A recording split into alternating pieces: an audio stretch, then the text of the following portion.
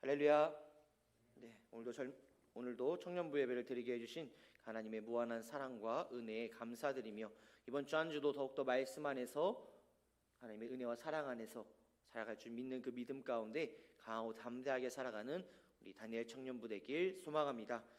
우리 옆에 분들과 함께 인사하도록 하겠습니다. 샬롬, 주의 이름으로 사랑합니다. 네, 한 번 더 소나타 하시면서 인사하시겠습니다. 샬롬, 주의 이름으로 사랑합니다. 네, 오늘은 환경에 지배받지 않는 삶이라는 제목으로 말씀을 전하고자 합니다. 우리는 많은 환경 가운데 살아가고 있습니다. 학교, 직장, 가정 등등에서 우리는 살아가고 있는 모습을 돌아보게 됩니다. 여러 가지 환경에서 우리는 많은 영향들을 받으며 살아갑니다. 가정에서는 이런 영향, 또한 직장에서는 이런 영향, 학교에서는 또한 이런 영향 등등의 많은 우리는 영향력을 환경에 받고 있습니다. 저도 이제 환경이 많이 바뀌어서 적응하고 있는 중에 있습니다. 제가 이번에 이제 아파트로 이사 가게 됐는데요. 제가 살면서 아파트를 살아본 적이 없어요. 맨날 이렇게 주택에만 살다가 아파트를 이사 가니까요, 불편한 게 한두 가지가 아니에요. 좋은 것도 많은데요, 불편한 게 많더라고요. 분리수거가 정해져 있어요. 그렇죠? 그리고 엘리베이터가 바쁜데 빨리 안 올 때가 있어요. 되게 좋은 줄만 알았는데 되게 편했던 그런 것들이 있구나 하면서 이 변해진 환경에 적응하면서 살아갑니다. 우리 모든 청년들도 다 그럴 것입니다. 내가 처해진 환경, 내가 변해진 그 환경에 적응하며 살아갑니다. 그런데 오늘 말씀을 보면요, 바울은 환경에 지배받지 않는 그러한 삶 가운데 살아갔습니다. 그러한 믿음, 그러한 신앙을 살아갔습니다. 어떠한 신앙이었는지 오늘 말씀을 통해서 짧게 나누고자 합니다. 바울은 어떠한 삶을 살았는가, 어떠한 신앙 가운데 어떠한 환경에 지배받지 않는 신앙을 가지며 살았는가. 먼저 첫 번째로 사명에 집착하는 그러한 삶을 살았습니다. 16절 말씀 다 같이 한번 읽어보도록 하겠습니다. 시작. 이들은 내가 복음을 변증하기 위하여 세우심을 받은 줄 알고 사랑으로 하나. 아멘. 사명에 집착하는 그런 삶을 살았다라는 것은요, 사명에 집착하는 그 믿음을 가졌다라는 것은요, 바울이 가치 판단의 그 기준을 자기 편의에 둔 것이 아니라 오직 복음의 변증을 두는 삶을 살았다라는 것입니다. 한마디로 하나님의 말씀에 전하는 데 있어서 열정을 가지고 살아갔다라고 말하고 있는 것입니다. 우리 청년들 중에 한사랑 상학회라는 유튜브를 보신 적 있으신가요? 한사랑 상학회 모르시나요? 피식대학에 아시는 분 한번 손 들어주시겠어요? 유튜브를 많이 안 보시는구나. 네, 한사랑 상학회에서 그 산학회 회장님이 말씀합니다. 열정. 나중에 제가 보여드리면 다들 한 번씩은 아실 거예요. 그래서 우리가 정말 열정을 가지고 나아가야 한다라는 것입니다. 사명에 집착하는 삶을 살았다라는 것은요, 환경의 변화에 지배받지 않는 그러한 바울의 믿음이었다라는 것입니다. 왜냐? 바울이 전하는 그 말씀은요, 바울이 전하고자 했던 것은 변하지 않는 하나님의 복된 소식, 복음의 말씀이었기 때문입니다. 복음을 인생의 가장 큰 변수와 가치로 삼으면 환경에 의해 우리가 좌지우지되지 않을 수 있습니다. 오직 하나님의 말씀만을 온전히 전하면요, 그 환경에 지배를 받을 수가 없어요. 온전히 하나님의 말씀만을 온전히 전할 수 있다라는 것입니다. 이 말이 무엇이냐? 제가 만약에, 저는 누구죠? 김사무엘 목사입니다. 김사무엘이요. 근데 제가 나 차은우 닮았는데 저 차은우라 불러주세요 라고 말한다고 해서 청년들이 차은우라고 불러줄까요? 그렇죠? 아니죠. 저는 김사무엘이기 때문에 차은우라고 불러줄 수 없습니다. 아무리 닮았을지라도. 네. 네, 감사합니다. 이렇게 우리가 왜 환경에 변하지 않고 말씀을 전하느냐? 바울이 왜 환경에 지배받지 않고 왜 하나님의 말씀에 온전히 전했는가? 하나님의 말씀은 변하지 않기 때문입니다.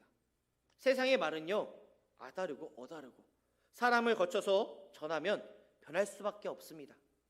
그런데 하나님의 말씀은 온전히 변하지 않고 온전히 하나님의 말씀이기 때문에 온전히 전할 수 있다라는 것입니다. 바울은 그 사명에 집착한 하나님의 말씀을 온전히 전해야지라는 그 사명 가운데 그 마음을 가지고 있었기에 환경에 지배받지 않는 그러한 믿음, 그러한 신앙, 그러한 삶을 살 수 있었던 것입니다. 바울의 마음은요, 어떠한 마음 가운데 살았는가? 사도행전 20장 24절 말씀과 같이 내가 달려갈 길과 주 예수께 받은 사명 곧 하나님의 은혜의 복음을 증언하는 일을 마치려 하면은 나의 생명조차 조금도 귀한 것으로 여기지 아니하노라라고 말씀하고 있습니다. 이 바울의 믿음은요, 바울의 신앙은 정말 하나님의 이 말씀을 전하다 내가 죽을지언정 내가 하나님의 말씀을 전하겠습니다. 라는 그 믿음, 그 확신 가운데 살아갔기 때문에 환경에 지배받지 않을 수 있었습니다. 또한 환경에 지배받지 않는 삶을 살기 위해서는 두 번째로 관계 속에서 괴로워하지 않아야 합니다. 17절 말씀 다시 함께 읽어보도록 하겠습니다.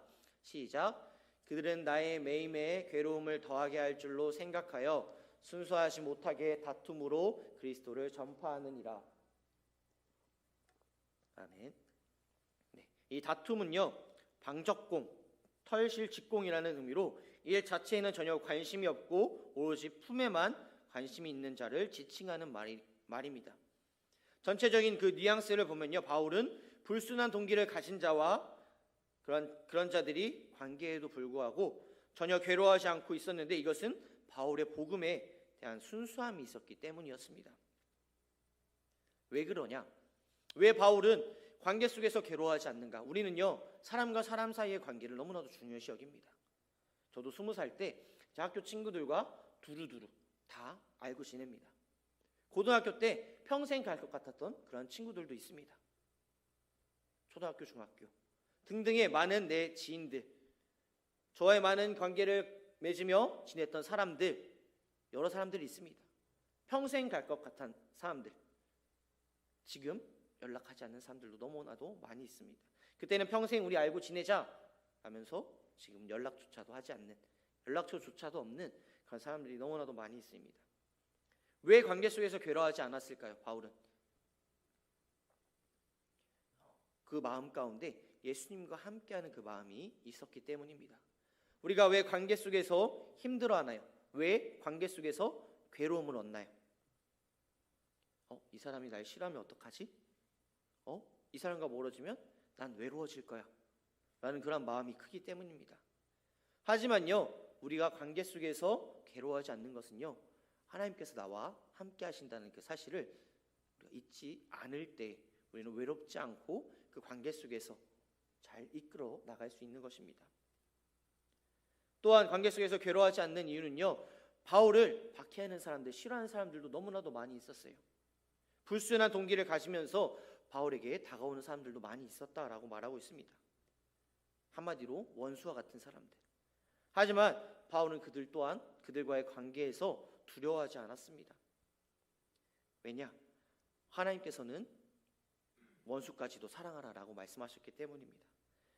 예수님께서 말씀하십니다. 마태복음 5장 39절 말씀에 내가 너희에게 이르노니 악한 자를 대적하지 말라. 누구든지 내 오른편 뺨을 치면 왼편도 돌려대며 라고 말씀합니다. 원수까지도 사랑하라라고 말씀하시는데 그 바울의 부정적으로 다가오는 그 사람들조차 어찌 미워하며 그 가운데 힘듦과 괴로움 가운데 있을 수 있었겠습니까? 바울의 이 신앙은요, 관계 속에서 괴로워하지 않았습니다. 관계 속에서 두려움을 가지지 않았습니다. 그 가운데 그 마음을 가짐으로써 환경에 지배받지 않는 삶을 살 수 있었던 것입니다. 또한 바울이 환경에 지배받지 않는 삶을 살 수 있었던 세 번째 이유는요, 자신의 형편을 하나님의 섭리로 보았기 때문에 항상 기뻐할 수 있었습니다.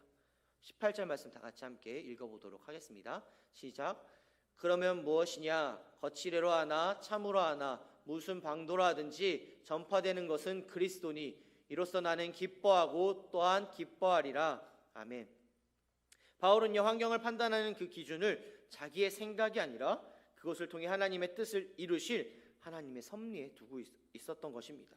하나님께서 이끌어 가주실 것이라는 그 믿음 가운데 살아갔다라는 것입니다.